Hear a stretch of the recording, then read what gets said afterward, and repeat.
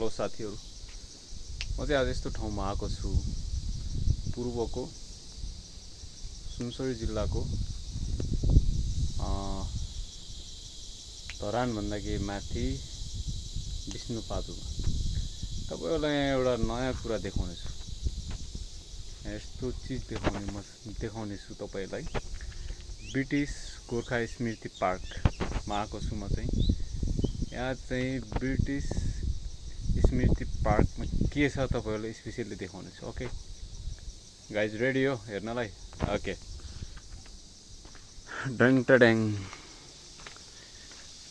यो हाम्रो गोर्खालीको शान, पक्कै पनि गोर्खाली ब्लड भन्दा बित्तिकै जो कोहीको आङ जिरिङ नै हुन्छ। यही गोर्खालीको वीरताले नै हाम्रो देश नेपाल चिनिएको छ। गोर्खे हिजो मात्रै एउटा गोर्खालीको छोराले रोड टु यूएफसी मा चाहिँ जित निकालेको छ फिलिपिन्सका किमबोर्डसँग। यही हो गोर्खाली ब्लड भनेको। आज संसारभर शानको रूपमा छरिएर बसेको छ। गोर्खालीको नाम सुन्न बित्तिकै जो कोहीको पनि मुटु काम्ने गर्दछ।